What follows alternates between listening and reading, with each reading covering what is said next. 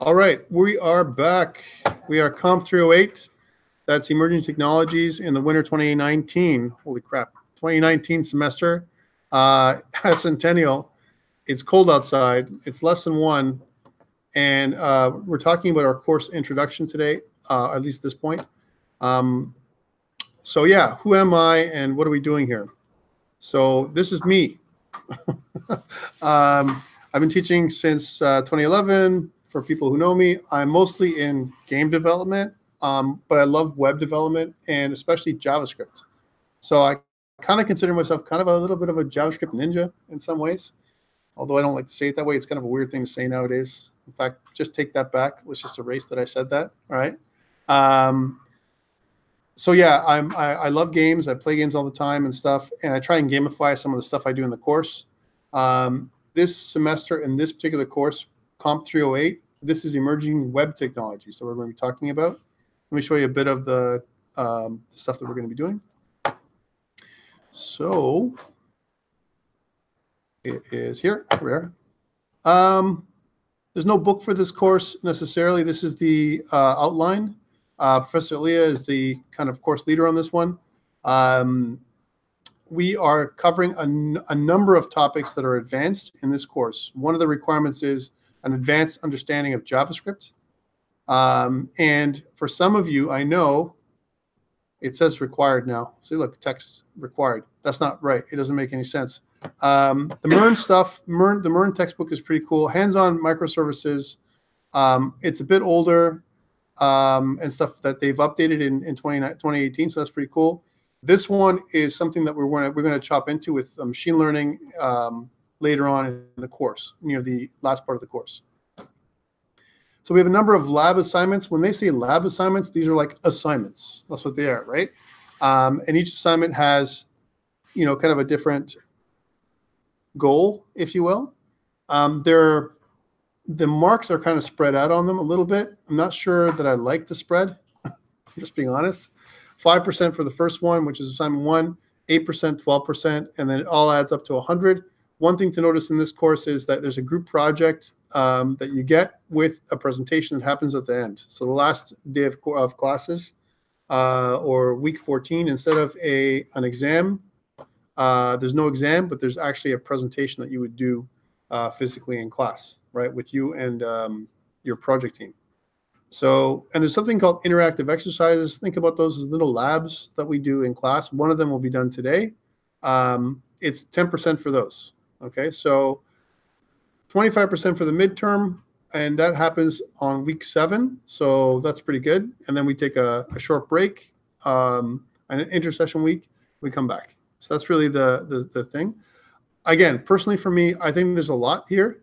6 lab assignments, or assignments, if you will, to get you to do stuff, I think is pretty crazy. And so what I might do in this course, I'm just letting you know ahead of time, is I might cut it back a little bit, just because there's a lot, especially when it comes to this part. So let's say, see these 3 assignments here: web apps with Express, Mongo data store, and this complete, kind of a web app using MERN or MERN. What I might do is kind of combine that into one media assignment that has a couple of smaller parts that kind of make it easier for you. Not because I want to kill you, but think about this, right? Look, there's 5 and 8, and there's 13 and 12, so there's 25% here for these first 3 assignments that have everything to do with mean stack, and it's all kind of one, as opposed to breaking it down into assignments that have no correlation with each other, which is what these other assignments were doing in the past. Right now, it says MERN or MERN, and those are just these are acronyms for different parts of the stuff we're learning this semester in the first half. So Mongo Express Angular Node, Mongo Express React Node. That's what MERN and MERN mean. Okay, I said that weird, and but that's part of it. But one thing to note, and this is kind of the discussions I've had several discussions with other profs on this one. This is not necessarily a web course. We're using the web to explore different emerging technologies, but it's not a web-centered course. It's not the only thing we're doing, right? Microservices is really, really cool. We're going to learn about that this semester. For some of you, it might be the first view into this. It's almost like containerizing, if you will, your server. So you have like this little a container that's portable that you can share with other people. It's almost like a containerized version of Linux that you get that runs your little web app. And we can do that with Docker. So Docker is something we might probably explore at the same time as we do microservices. Microservices is like typically you've got this big monolithic application. And then what microservices does is it takes that application and breaks it down into these little pieces. Like, for example, the login service, that's a microservice, right? And there's another service that, let's say does some kind of access to the database, or there might be different pieces, almost like components that we kind of put together, and we can update separately. On the positive side, it makes them so that teams can break apart their work and work independently on these little pieces.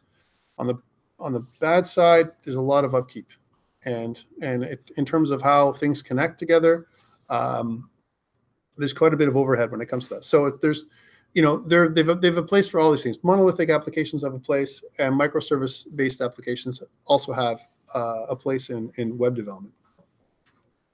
The stuff I'm really excited about is this part, which is using AI algorithms and machine learning, natural language processing, and all that stuff that's happening in the last part. Now, there's a couple of assignments dedicated to this. I'm not sure that I will change too much around this one in terms of what's going to be due. And then there's this group project, like I mentioned earlier, which is like a full stack web app using emerging web frameworks and AI.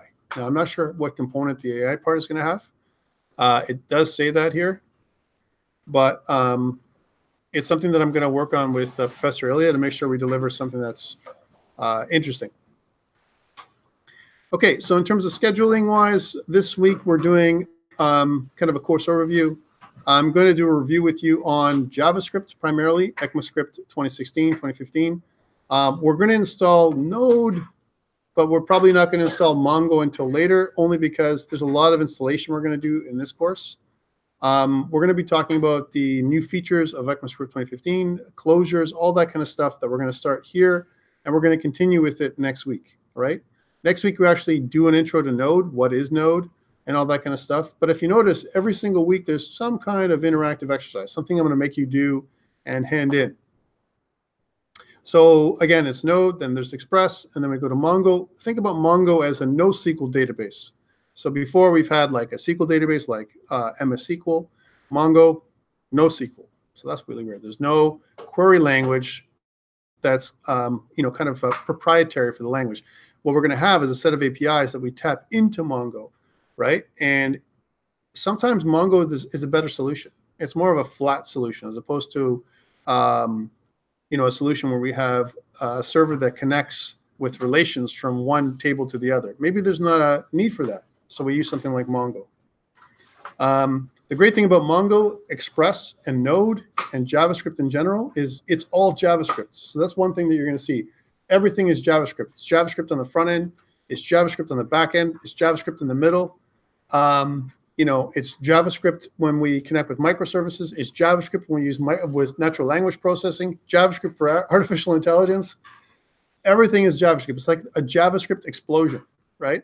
So in this course, if you don't like JavaScript, you need to learn to love it. If you don't love it, then it's going to be more challenging for you. That's at the end of the day. Okay, so that's Mongo, week 4. So that's not far away. Now, here's where I have a problem with the velocity of the course. I'm putting it this way, and I say problem in a nice way because I don't want to scare any of you or whatever. But the expectation is that when we hit around week 4, that you're going to do CRUD operations completely in 1 week. That is very challenging to do. CRUD operations are, like we know before from other database courses, are create, read, update, and delete. And we're doing that with Mongo and Express and Node all in 1 week. So that is going to be me pushing you guys nonstop for the entire day to get that done. And it's unrealistic. I'm not sure that I can cover all of this in a single week, even if it's a 4-hour course. What I might do instead is break pieces of it off into week 4 and week 5, because this is managing user authentication. So we still do CRUD for both week 4 and week 5, because here what we're doing is we're logging in and authenticating users, and we're still using the same calls, the APIs we're going to use with an additional library, right? Here, from an OAuth perspective, you tap into things like Facebook and Google and that kind of stuff, GitHub, to kind of authenticate, which is a common authentication schema these days, because it's more secure than running your own server to authenticate. Like if I hold all my authentication data on a homegrown server that we're going to build together, no matter what I do, unless I spend time making it super secure myself or hire a security specialist, it's not going to be as secure as Microsoft, Google, GitHub, Facebook, one of those people. Well, for the most part, it should be more secure with Facebook and those things than anywhere else, right?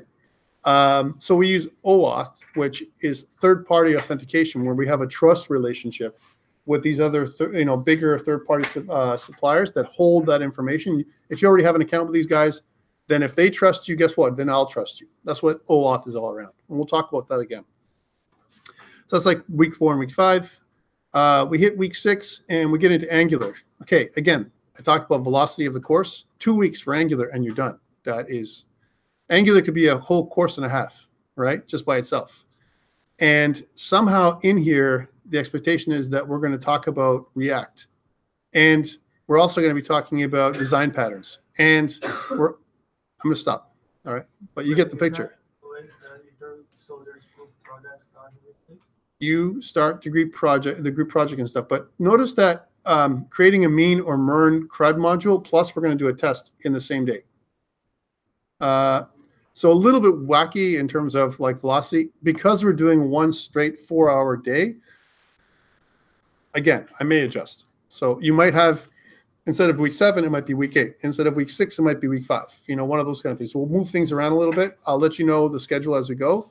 The same stuff is going to be covered. Just the order might slightly change, only to accommodate our long 4-hour day. All right. But we will cover most of everything that's in here. So again, microservices on week 8 is the plan with Node.js. Okay, again, so Node is going to happen throughout the entire semester. That's something that's going to be common. So you get a couple of weeks of an intro to microservices and microservices architecture, into developing stuff with microservices in week 9, and then this is the new stuff. So every year there's some kind of new technology that we present.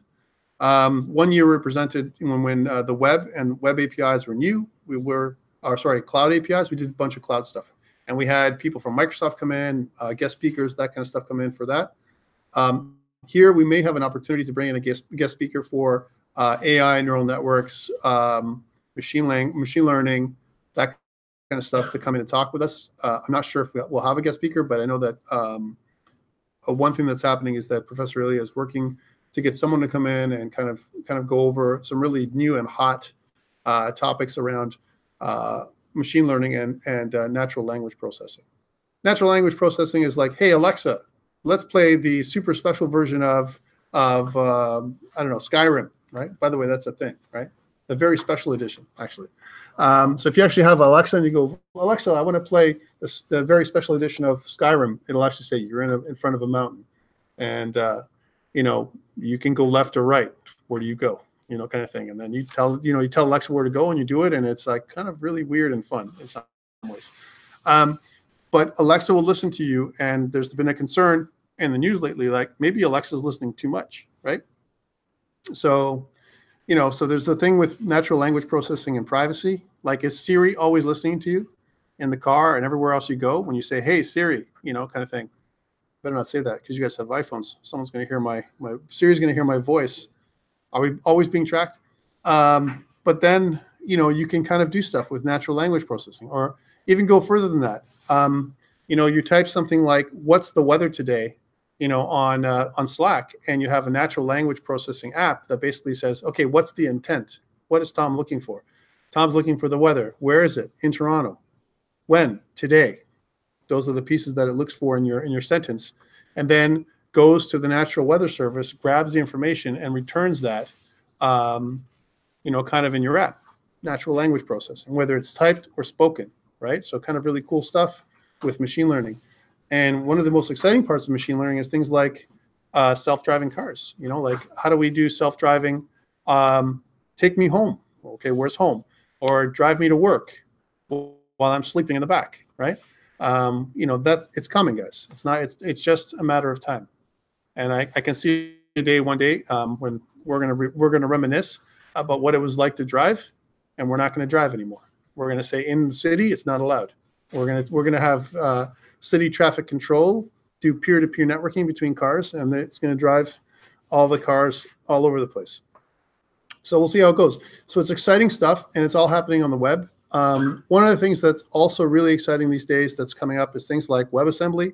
We can talk about that. That's kind of an emerging thing that's happening where it's like assembly language for the web to make the web quicker. It's really cool. Where you can take things like C++ and C# and Java, and it converts into a web language like JavaScript, right? And then the other one is WebVR, which is a really cool thing. And so you have your virtual reality. There's some tools out there.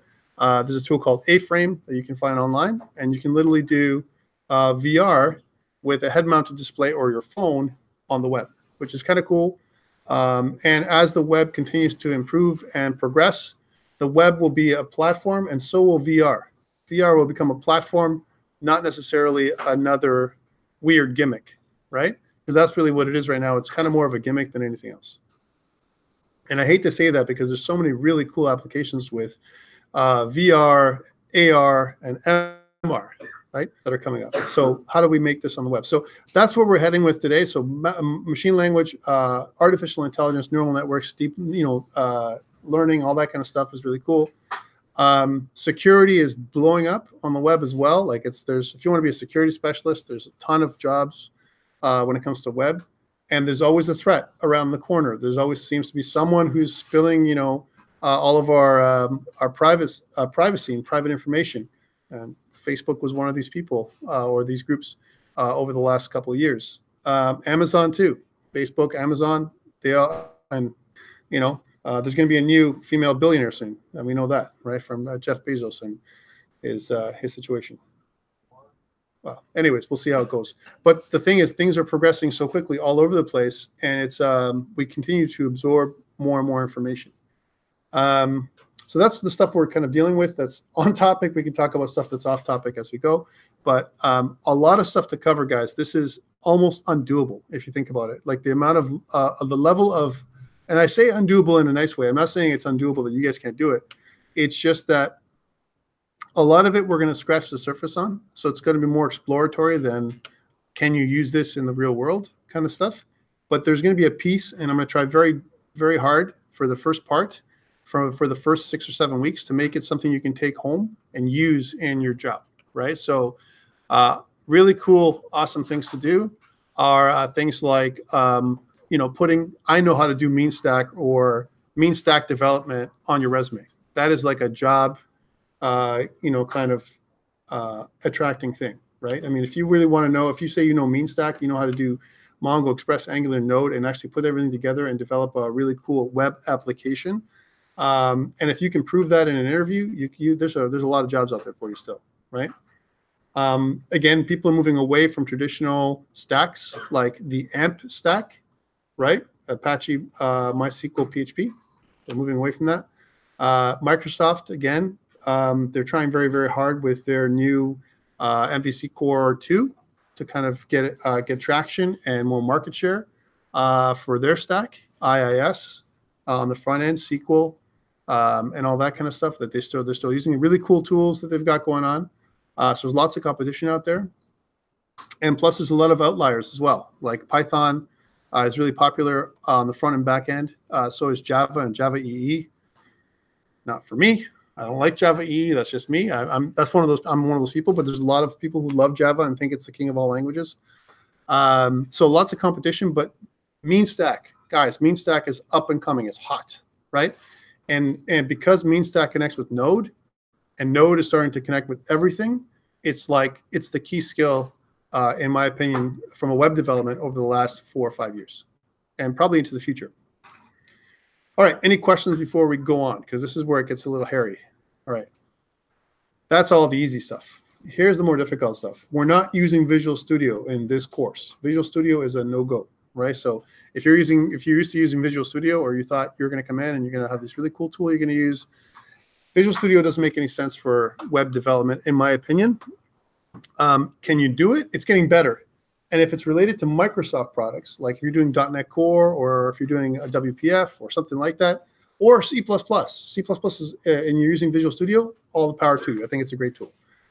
But when it comes to web development nowadays, Visual Studio Code has really come up. It also is owned by Microsoft. However, it's free and open source, and it works cross-platform, which is what we want. We want more and more cross-platform, more open source, and it's become a real popular tool to use. And there's a lot of support for things like JavaScript, better than Visual Studio, Angular, Node. It's all built into the tool, and this is the first thing that we're going to do together, all right?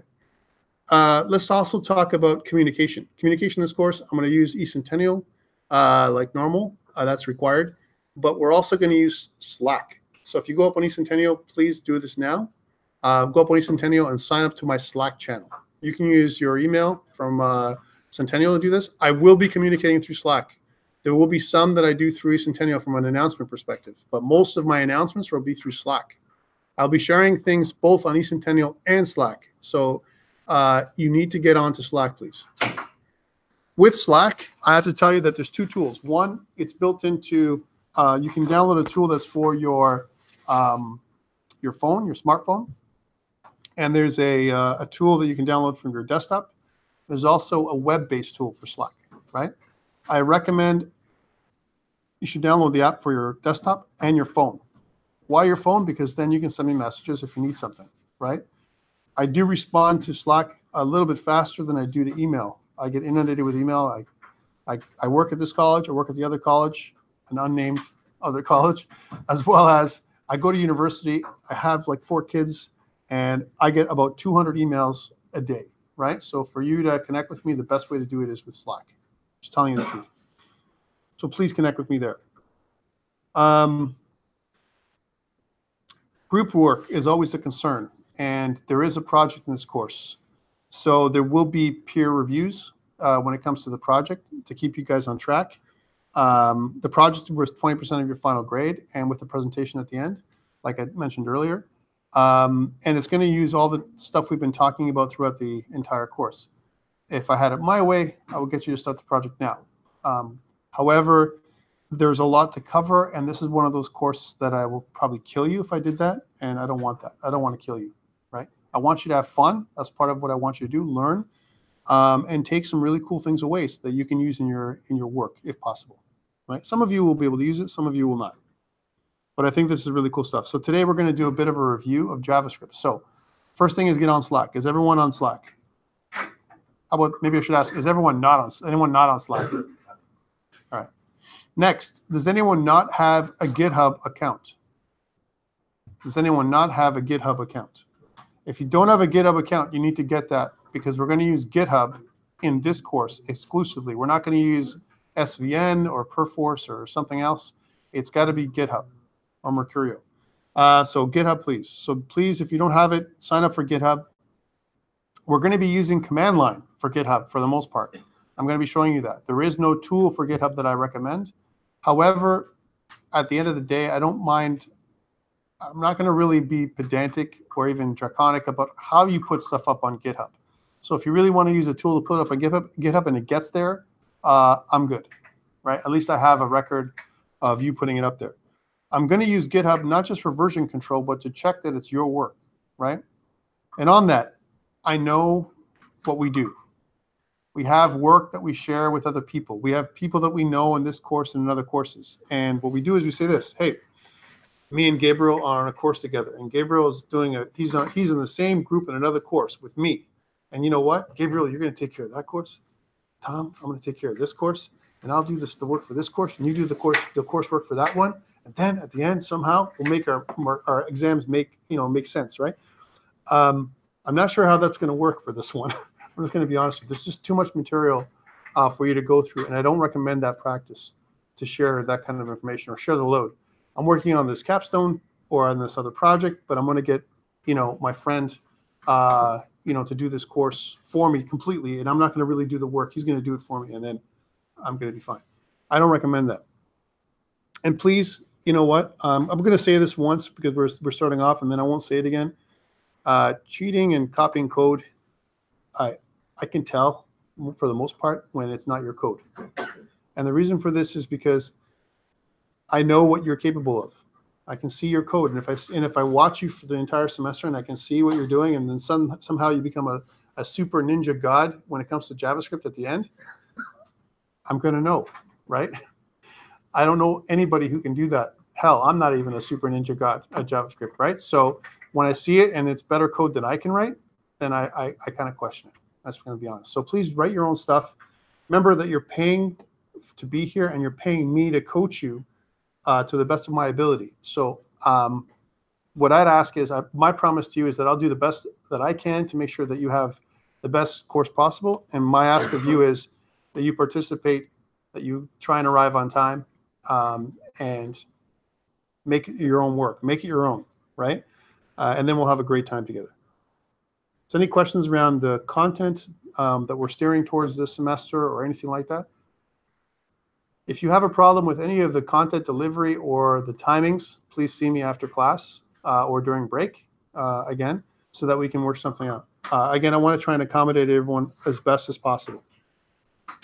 One other thing I'd like to mention is we have 2 sections of this course that I run. One of them is at 8:30 on Saturdays, from 8:30 to 12:30, and the other one is from 1:30 to 5:30 in the afternoon this semester. So both sections are combined into one big, massive thing on eCentennial, right? So you'll see stuff from both sections up on there. So if I post something, like for example, today's exercise is already posted, it's because I had the first section already do it, right? So now by the end of the day, I'd expect you guys to do that one, right? And you're going to see that happen throughout the semester. So when I share something with them, I'm sharing it with you. I will be recording my lectures during this time frame, and then the link for the YouTube playlist I'll put up later on today. But you should know how to find me by now. Okay, any other questions at all? Nothing? Okay, good. Let's move on. So I talked about getting Visual Studio Code and Slack. So let's talk about Slack a little bit. So here's our Slack channel. So COMP308-W2019.slack.com. What I'd like to do is in our general channel, when you look at Slack, I'd like to post announcements there. So this is where I'm going to post announcements, links, things I'm going to share with you guys. So please, let's not pollute this channel with chatter in terms of like, hey, I found this really cool thing or whatever. If you have really cool cat videos or memes, put them in the random box, right? Put them somewhere that they're not in the general channel. Things about emerging technologies, put in there. So if you have anything really cool in there, put stuff in emerging tech. If you want to put things that are developer related, like code examples, things that you found that work, put it in there. And you can create your own sub-channels if you want as well, all right? But for the main channel, the general channel, let's keep that clean and running nicely, and we'll put stuff in there that is relevant to the course, okay? So as you notice, there's like the member list is up here, and the way we're going to be using Slack is, again, I'll be communicating you with this tool. Again, I recommend that you put it on your phone as well. And then if I want to send a direct message, I can look at the workspace directory, and I can see someone I want to message, let's say. So I kind of will go down the directory, or I can search for somebody, right? Like up here, I can say, well, I want to find, someone like Ryan. So I want to kind of type Ryan, and there's a Ryan. There might be a couple Ryans in the course today. And if I wanted to, kind of connect with Ryan, I can just click on his name and then send him a direct message, right? So kind of really cool. And anonymous. I don't need to know your cell phone number. You don't have to know mine, although I've posted it anyway, right? So if you need to get a hold of me, worst case scenario, it's an emergency, you can call me directly. My cell phone number is on the profile. If you actually click on me, you'll see my cell phone number in there, all right?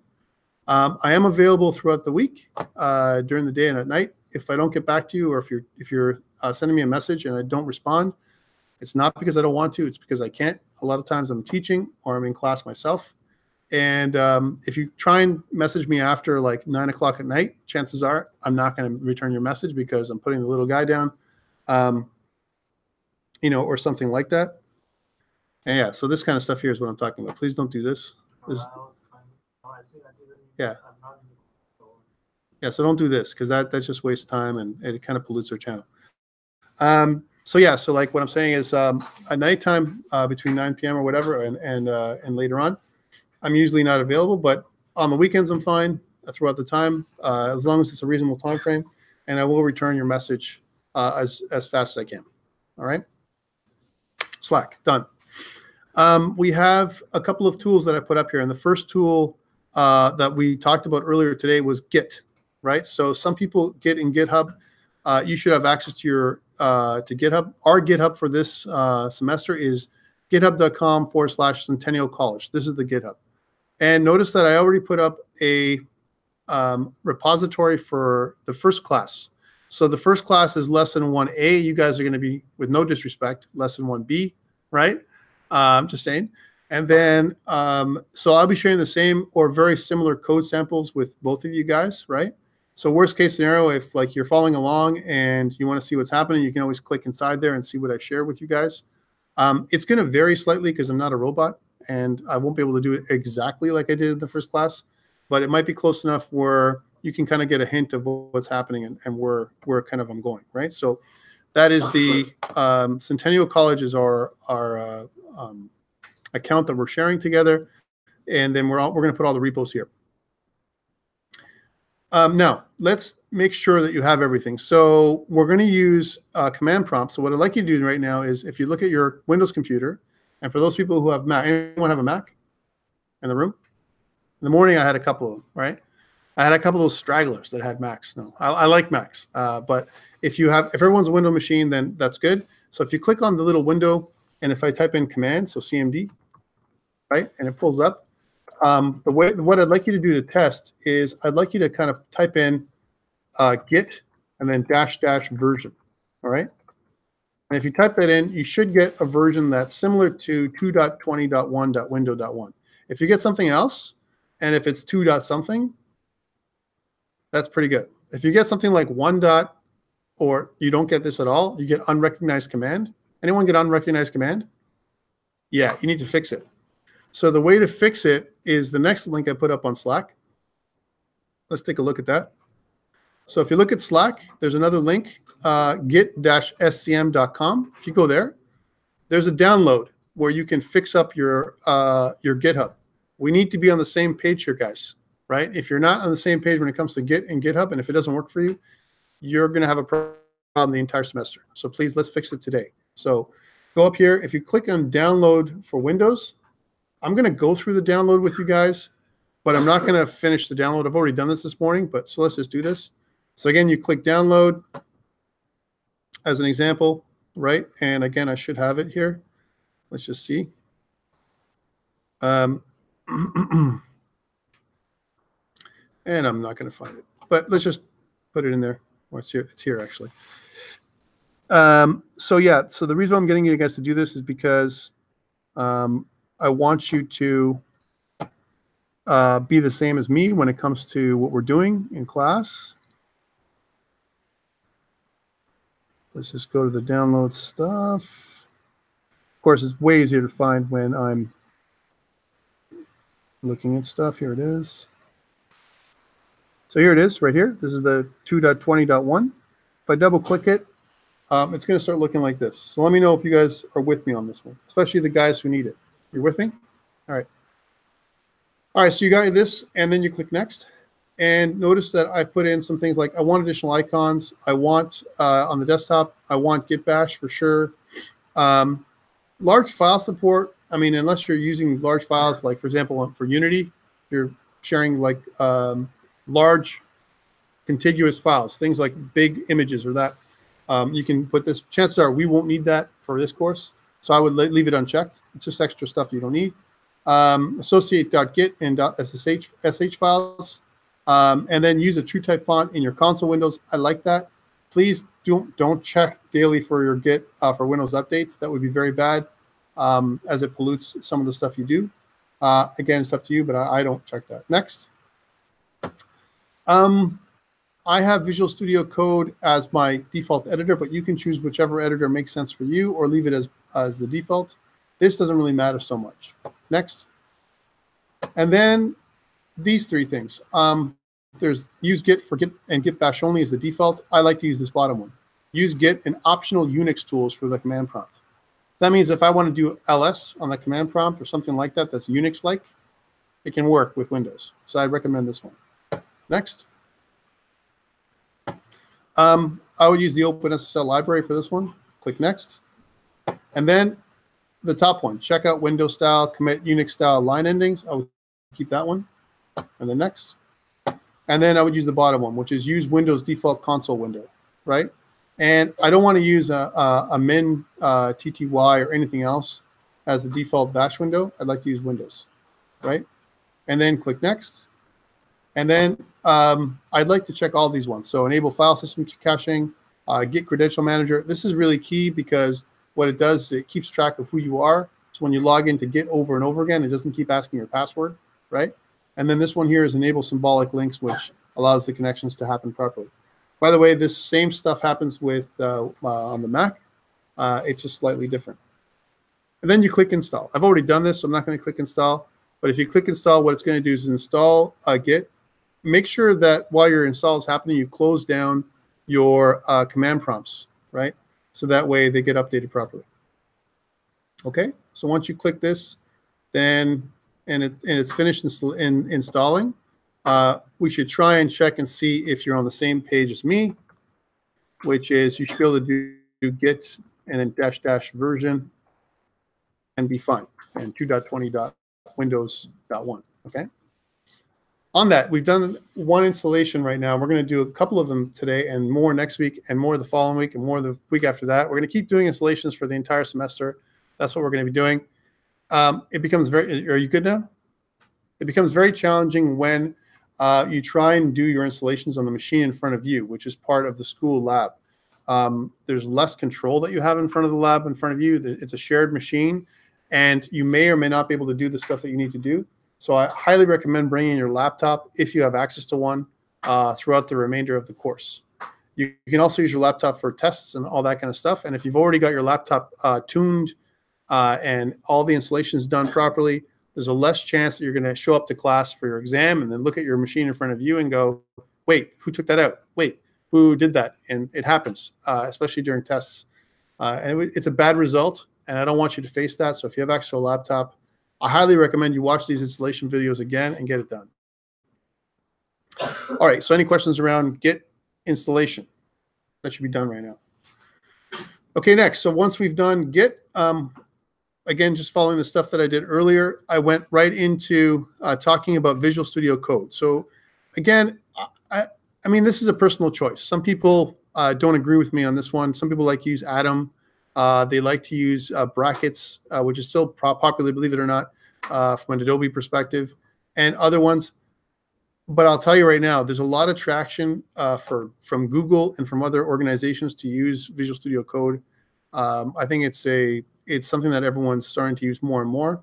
It's got amazing support for JavaScript, TypeScript, Node.js, MongoDB, and a bunch of other things. I use it for Unity development as well. And Unity's adopted it as one of their, if you're a Unity person, I'm a game developer, so I use Unity for the stuff like that too, for their editor of choice. So this is like, there's a lot of people using it. It's not just something that's been made and no one's updating. So I think it's a good thing to look at. So I like it, and if you download it, there's downloads for Windows. I recommend the stable build, not the nosebleed build, which is over here on the insider stuff. Not that it's wrong or anything else. It's just that when I'm working in a development environment, I prefer, for the most part, to use something a little bit more stable in my editor, right? And that's my recommendation. So again, it works for Windows, Linux, and Mac, and that's a really good thing from an editor. Okay, so let's suppose you've downloaded and installed Visual Studio Code. It looks like this. Let's run Visual Studio Code now and get to this point, please. And I'm just going to set it up so it is a new window like this, right? The great thing about Visual Studio Code is it mirrors what happens on the desktop. So if we make a new desktop folder, let's do that together.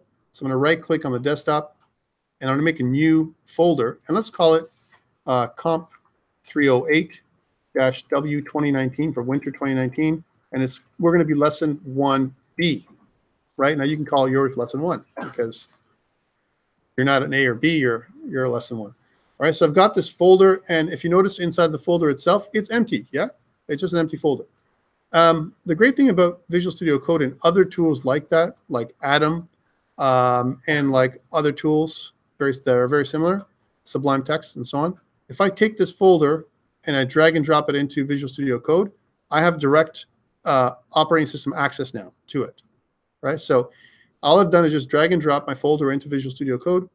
And when I've done that, on the left, you notice that there is I'm inside that folder. I don't have to, you know,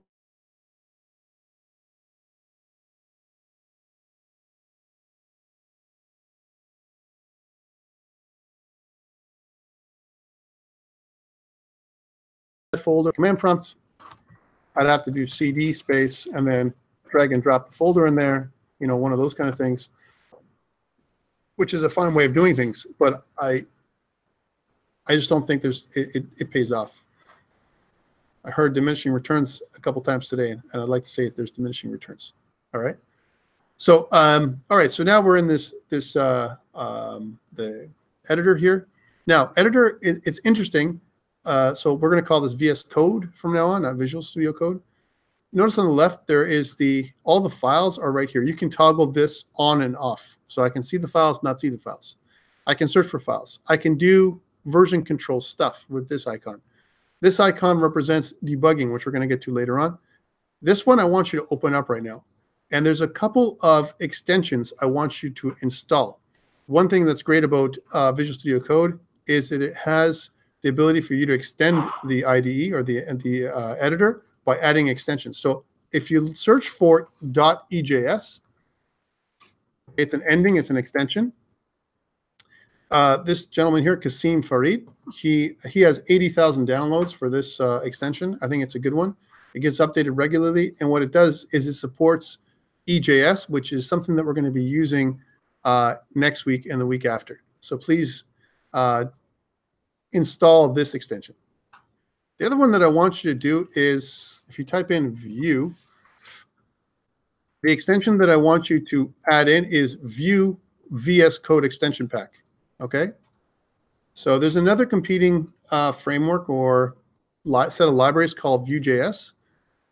It's very popular nowadays. It's as popular, I would say, as React nowadays. So Vue.js, React, and Angular. Those are the kind of three. And there's also GraphQL, and there's a bunch of other ones actually that are up and coming. But Vue.js is also very, very popular. This one has 100,000 downloads. I highly recommend you grab this one. Okay. So that's kind of the second one I want you to grab.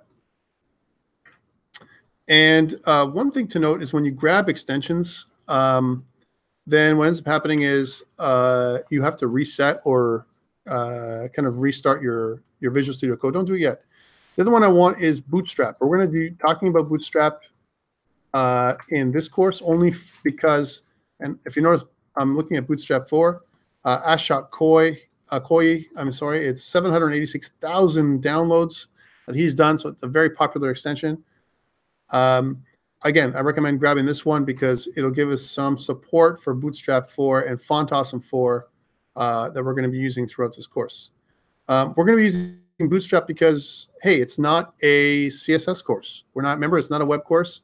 And question for you guys, what are the 3 pillars of web development? By the way, they match the web technologies. What are they? Ryan? Come on. Oh, yeah. Oh, yeah. Come on. Oh, yeah. You're here, man. It's not the morning, right? He's hiding. HTML, which is structure, right? It's the structure part of your web project. Without HTML and good, solid semantic HTML structure, then your content is going to be lost. Without content, there's no need for structure. So content and structure kind of go to the same way. You need good content. Content is king, as they say, right? And then CSS is your presentation layer. Your presentation layer makes your web app look fantastic, right? If your presentation sucks, it's like bad user experience, right? Then you suck kind of thing, right? I mean, I'm sorry. And people hate CSS, right? Because CSS is hard to write and hard to maintain if you don't know what you're doing. That's why we're using Bootstrap, because we're not doing CSS this semester. We're just using it to make it look good, right? And the last layer, in my opinion, or the main layer for us that we're going to be focusing on is JavaScript, the behavioral layer. the thing that gives us our functionality and a feature set that we can use on the web to create robust web applications, right? So that's JavaScript. So those three things are the three pillars, I'd like to say, of web development that we're going to be focusing on throughout this course. And I'm just showing you some extensions that might help. So once the extensions are done, you're going to see that when they're updated, you'll click on kind of restart, and it'll take you back to here. Okay, so we've got and done our extensions, and this is great. And what I want to do now is I want to start setting up our structure. So whenever we talk front end, and if you guys have had me before for any kind of web stuff or game stuff, then you're going to see the structure. If you've done anything with Node or with .NET, usually what I do is I create 3 main folders. Here's the first one. So I'm going to click on this little folder button, and the first folder I'm going to create is called Assets. And assets, you put things like, your images, you might have sound files, you might have whatever. So it's an assets folder with a capital A. Now, here's something that happens. Notice that this is glowing blue. If I click a folder here, it's going to put it inside of this folder because that is what's glowing. That's what's highlighted, right? So if I click this folder, new folder again, and I want to add things like content, now notice that it's inside of assets. And if I do it again, I'm going to fix this in a second. Just bear with me. If I do it again, and this is the really important one this semester, scripts. Yeah. And if I put it in here, I need to have these are kind of layered within each other. This is bad, right? So first thing I want to do is I want to take my scripts folder and pull it out by just literally dragging and dropping, right? And I can do the same thing with content. And if I want to move a folder inside of another one, I just drag and drop inside of it like this, right? And then it's inside. So moving around stuff is pretty straightforward. And one thing to note is once you do it here, and when it comes to looking at stuff on the desktop, let's take a look at COMP308. It's done here directly in the operating system. So it's a mirror of what you see in our code. And this is one of the reasons why people love Visual Studio Code, because what you see is what you get for the most part. Whereas if you use Visual Studio, there's a lot of hidden files. There's stuff, your project would look different than sometimes what it looks like on, or most of the time, it looks like on the operating system.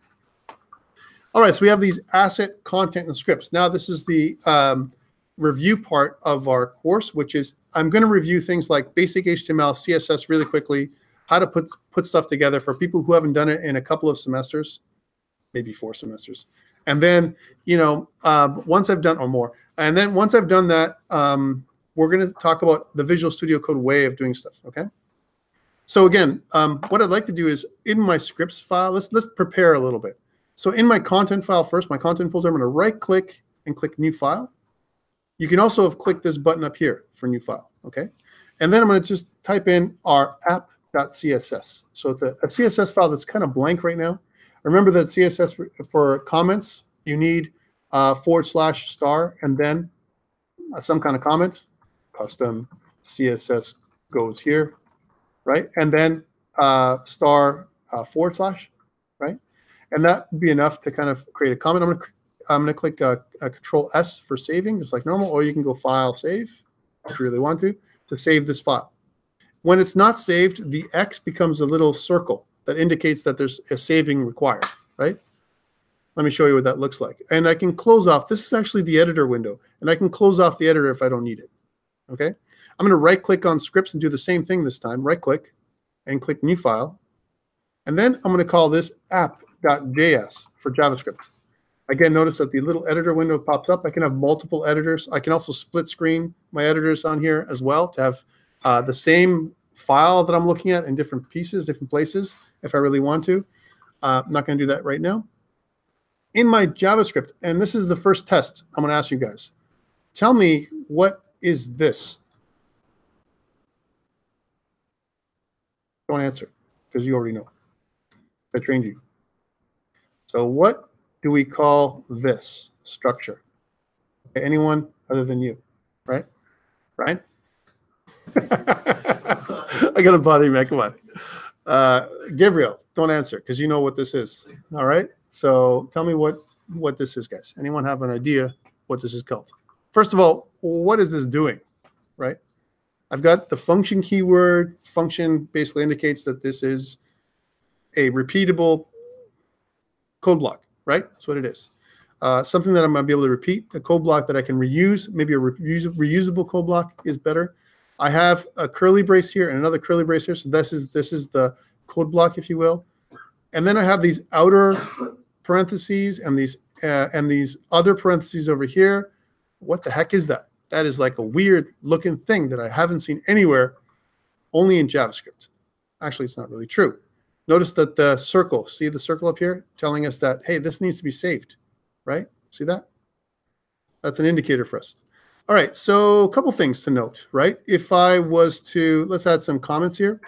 So we know that this function has no name function, anonymous function. We know that what this does typically when you use it, if you know about languages in general, is it's an execution block, right? So this whole thing is a self-executing anonymous function, or something we call an IFI. So let's do the self-executing anonymous function. Okay, that's what it is. Or the better name for it, I guess the more quote-unquote professional name is an IFI, which is an immediately invoked function expression. Okay, that's what it is. And what this means is that as soon as I call this into being, I create this code block, and it's structured this way, it's going to self-execute. Now, why would I need this, right? Well, because when I have an HTML file and I want it to run automatically, and when I connect or I make a reference to this app.js file in my HTML, I want it to execute immediately. All right? Otherwise, it won't. One of the biggest challenges about JavaScript is making it go, right? You don't know how to connect to it to your index.html.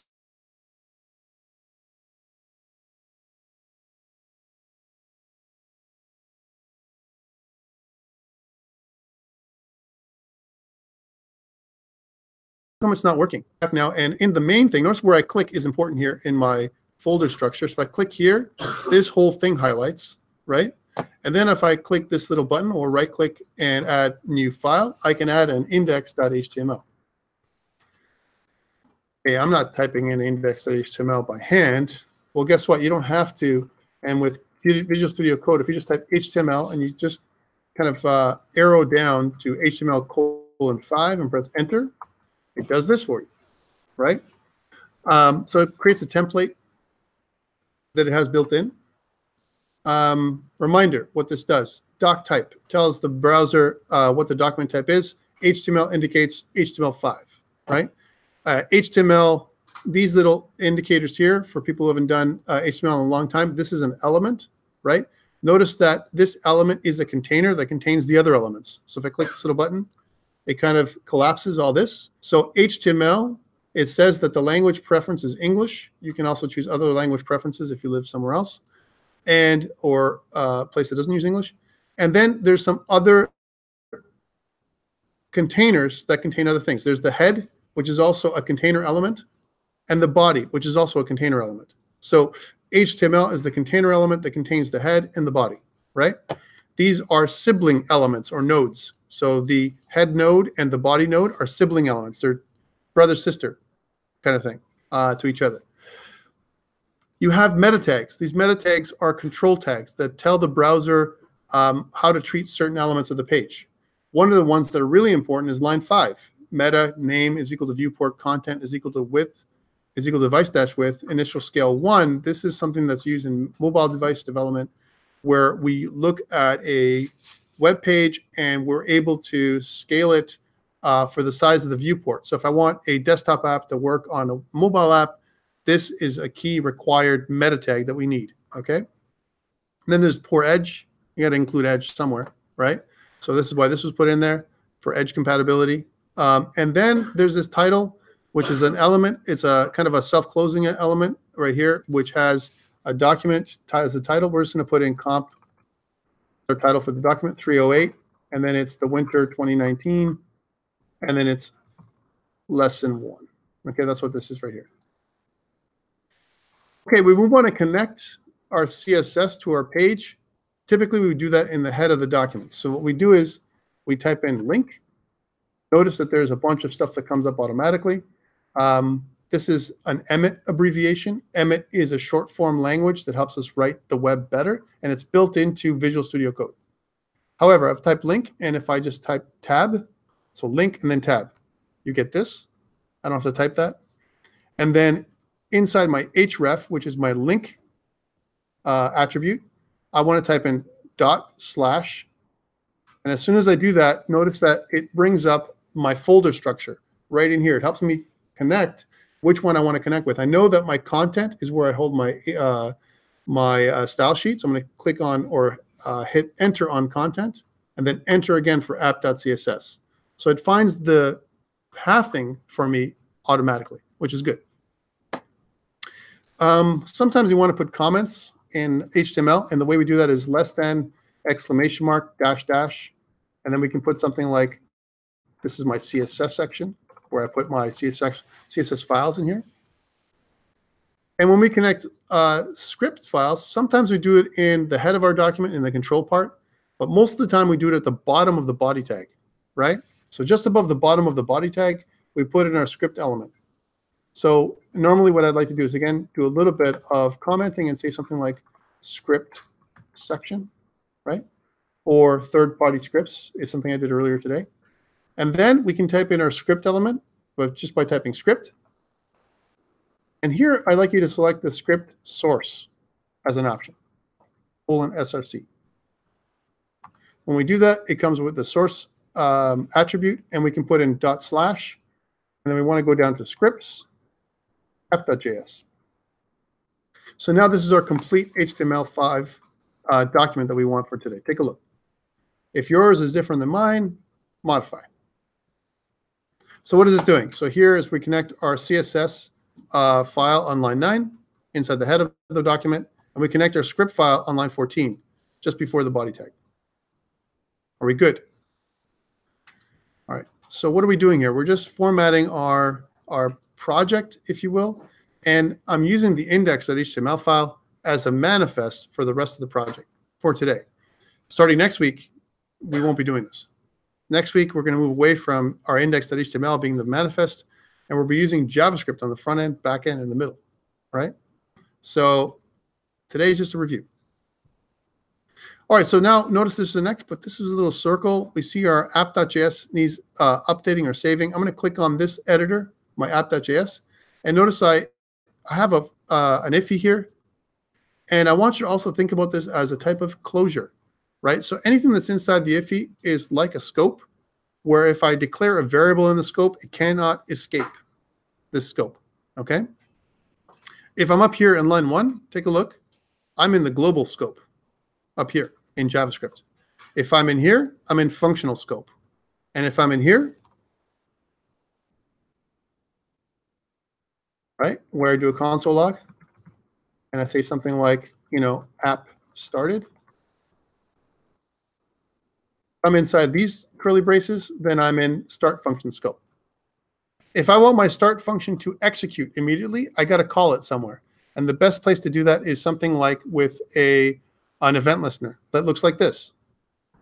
I call the window object, I add an event listener, and I call the load event. And upon load, I want to start my start function. And so what happens is, and let's just go through this line by line. On line 4, I start my header for my iffy, right? On between line 6 and 8, I create my first function. This is a named function. There's just different kinds of functions in JavaScript, and this is just one form of them.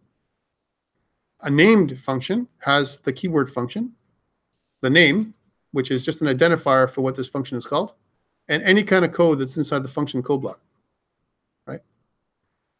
On line 10, I'm accessing the window object. I'm adding an event listener to the window object, and I'm listening for a specific event, the load event. And then I use a callback reference to the start function. So when on load, when I'm done, I load the start function. That's what's happening here. Why all this structure, right? This guarantees, more or less, that the start function will always trigger when my application loads. Okay? let's test this thing. So I've got two files, index.html and an app.js and an empty app.css file. I want to test this thing. Let's go back to this part right here. One thing to note is I have a couple of tools that are built in. Instead of running a console separately, I can use the built-in console in Visual Studio Code. So notice on the top it says terminal. To access the console on Mac OS, you would do a command spacebar and then type the word terminal. In a Windows system, I could just go down here and then type CMD to bring up a terminal. But why bother doing all that when I can just go terminal, new terminal? That's one way of doing it. And I start a terminal command in here. The other way to do it is I can go to View and start the integrated terminal this way. View terminal, and that'll bring it up. And the third way to do it, which I prefer, is Control backtick. And the backtick is just underneath your escape key on your keyboard. Control backtick, right? And you can toggle that on and off. So I can toggle the terminal window on and off, which we're going to be using throughout the course. So now that I have access, notice that my terminal window gives me direct access to this folder when I want to run anything. Okay, so we're going to get there. I'm not there yet. I want to go now out to the operating system for a second. So I'm going to just minimize this and go back out to the operating system. So go into my folder and let's take a look at this, explore the folder structure. Notice it's exactly the same. So here's my scripts, here's my app.js, and everything that we did in my Visual Studio Code is mirrored here. For me to run this thing, because it's not complex, I can just simply double click on my index.html file. When I do that, I got nothing because my index.html is empty. However, something's happening. If I right click anywhere in my Chrome browser and I go to inspect, and then I go to console, I'm going to see that app started. And app started means that, and for me to get this response, that means that the index.html page loaded. It went to that file section, that script section, launched the immediately invoke function expression, waited for the window to load with the window add event listener, called the start function, and then the console.log. That's what's just happened. The way you look at web pages should be something like this, right? When you look at your Visual Studio Code, and if I look at the web page itself, the index.html, each line includes a directive of what I need to do. The browser parses each of the lines, and when it gets to things like line 9, this link file, it injects the app.css file into this position. It expands it almost like a balloon. When it comes to code execution time, right? Same thing with the script. So when I take my script, I want you to think about it as injecting the script exactly at that position. That's what's happening. And by the way, it's going to work very similarly with Node.js. All right. So when I inject my script in here, I can think of myself going to app.js, taking this exact stuff and just popping it right in that place, that location in my HTML file. Okay, so back to this. So if I declare a variable, traditionally when we saw previous versions of JavaScript, we would do something like this, var, and then we would have the name of the variable, like my global variable. And we're in global space right now because we're outside of any closure, right? And my global variable could have different values. For example, I could assign it a value of 0, right? And later on, if I want to, I can say my global variable, well, that's equal to Tom, right? And you know what? Let's just take my global variable and equal it to some kind of array. Hey, you know what? Let's make it, I changed my mind. Let's make my global variable into a object, right? So like that kind of thing. And this is one of the things that is valid, and it's not an error. And this is why people hate JavaScript, because they look at it and they go, what? How can my global variable be a number, an array, a string, and an object all at once? Well, it can't be all at once. It's whatever I assigned it lately, which is this. But notice it kind of thinks that it's been declared as a number. And the developers hate this because they're like, how do I check from the data type of this thing? Well, I can't. JavaScript doesn't do that necessarily built in, right? So this is really, really bad. And this is where people hate JavaScript. And this is why people love JavaScript, because I say it in the same sentence, because it's flexible. It's so flexible, in fact, and I said it earlier, that you could probably hang yourself with JavaScript and kill yourself, right? It's so bad that I mean, if you don't know what you're doing, you won't be able to find your errors at all, right? So we don't do this. We try and make it so that we, first of all, declare it as one type. So if it's 0, it's going to stay as a number the whole time, right? The other thing is we stop using var. No more vars. We use the keyword let instead. And what let does, var had a bit of a problem in the previous version of JavaScript. Whenever you kind of declared something with var, when your JavaScript file would be parsed, it would do something called hoisting. It would take that variable declaration and go, let's put it as far up on the top of our code block as we can. Whoop, and it would hoist it to the top. And it hoists all your functions declarations too. Like this start function, it would just take it and put it to the top, right? And the problem with that is order is important sometimes with variable declaration. You declare something down here and you don't expect it to be available up here, but it is. That's a problem, right? So, so what let does is it stops that from happening. It actually declares it in the exact place that you put it, right? So we're going to use let from now on and not var. You might see var examples, like inside the code or in the book or whatever. You might see examples of var. Forget it. Change them to let, unless I tell you otherwise. All right, so that's the first thing. So this is a global variable, and because it's a global variable, if I save this and go back out to my my web page, and if I type in the word my global variable, so I type it in, here's my global variable, I have access to it, right? Here's my global variable, right? I can kind of click on this, press enter, and it's going to give me, if it's worth anything, if it has a value, it might be giving me a value of 0. So here's my global variable. Let's take a look at that. If I did that right, my global variable. Maybe I typed it wrong, but typically it has access. I can access it, right? And one of the reasons why this doesn't happen, let's suppose I refresh the page and type that in, my global variable, and type in, I get 0, right? This is bad, right? I mean, if I declare something in the global namespace, it's available anywhere in my application cache, and I don't want that. I want to enclose this or encapsulate it to save any kind of collisions that I'm going to have with this variable and maybe something else that's called the same thing. So I want to take this variable and have as few global variables as possible, as from a good programming practice perspective. And I'd like to put them at the very most inside functional namespace, like in here, right? So inside my function, my iffy, I can put, my functional variable. We'll call this functional variable. Make that 0. All right, that's okay. Notice that the color is gray, and the color up here was blue. Visual Studio Code likes to color these things to say that the blue one was in use, the gray one has not been used. It's been declared but not used, so it's useless right now. And if I was to take this my global variable, my functional variable, and I want to show you in the console what that is, typically what you do here is you do something like this. You say like plus, which is concatenation, my functional variable, and then notice it turns blue, right? It was gray before, now it's blue because it's being used.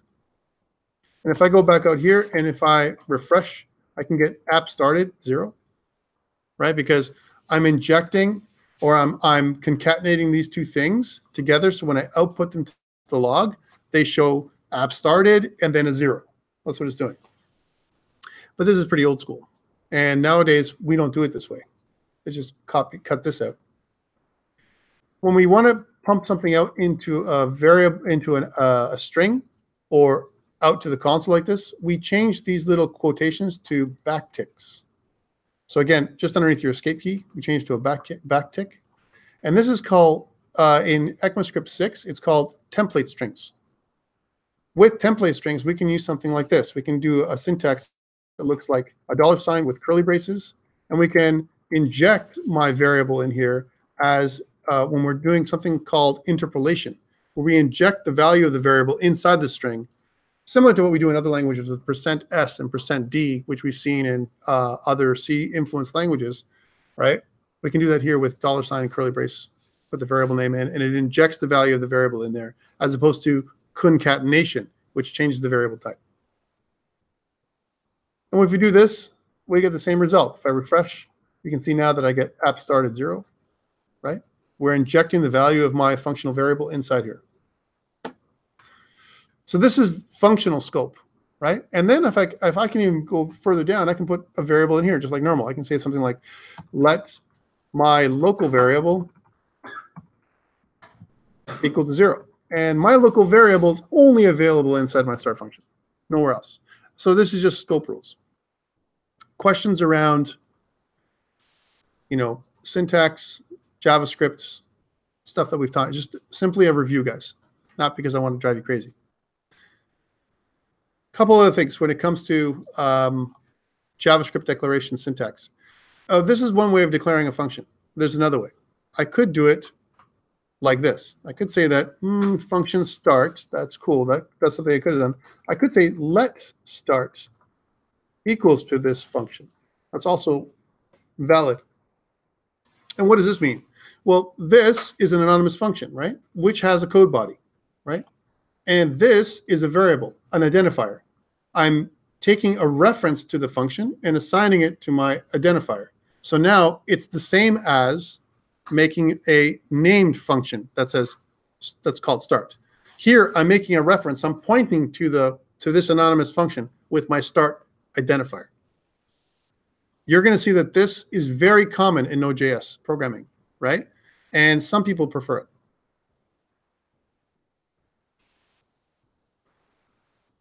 Are we good? One more time. One more. Let's just comment this out. So this is one way of doing it. We could have done the start function as a callback. We've treated this as a callback. The other way to do it is something like this. I take this, and I go in here where it says start, and I just drop it in, right? This is an inline function. This is also valid. So I can do something like this, where I remove the start function. I just copied the whole anonymous function, and it self-executes right here. So kind of anything that happens when the event listener is listening for a function, a callback function, I've just added the callback function inline. The challenge with this is it's an anonymous function, right? And you can never call it again. It's a one-use function or a one-hit wonder, if you will, right? It's there and then it's gone. It goes onto the stack, and when it's finished executing, it goes off of the stack and it's gone, okay? The new way of doing this also is not doing function at all, but actually taking the keyword function away and using a fat arrow syntax that looks like this. So this is the new ECMAScript 6 fat arrow syntax, or almost like a lambda syntax that you've seen in other languages, okay? And if I hover over this thing, you can see that I've got some IntelliSense, or something that tells me what this thing is about, gives me information about this. And what this does is says, hey, look, this is a function that returns void. It doesn't return anything. So this is definitely a way of doing it when you have something that's going to be executing once. All right, we're going to undo that. I'm just showing you the syntax so you've seen it, right? I'm just going to undo that. I'm going to do this stuff to go back to the original way. I'd like to do it this way with you guys as much as possible. This is a named function. It's more familiar for you guys a lot of times. And this is a callback that calls a named function. And I'd like to try and do JavaScript with you in this way. All right, I'm going to take, it's 2:45. I've talked for about an hour and a bit. I think it's a great place to take a short break. Let's take, I know some people are leaving at 3:02. Let's take 15 minutes, right? As a break, go away and then come back, get your coffee early before everything closes and all that kind of stuff. Some people would want to probably run across to McDonald's too and get food. I don't know. Call your mother's, brother's, uncle's dog. I don't know, whatever you're going to do. And then come back and we'll see you guys at around 3 o'clock. Okay, guys? This is a good chunk of information we've kind of shared with you. And then I don't want to go too much more than this.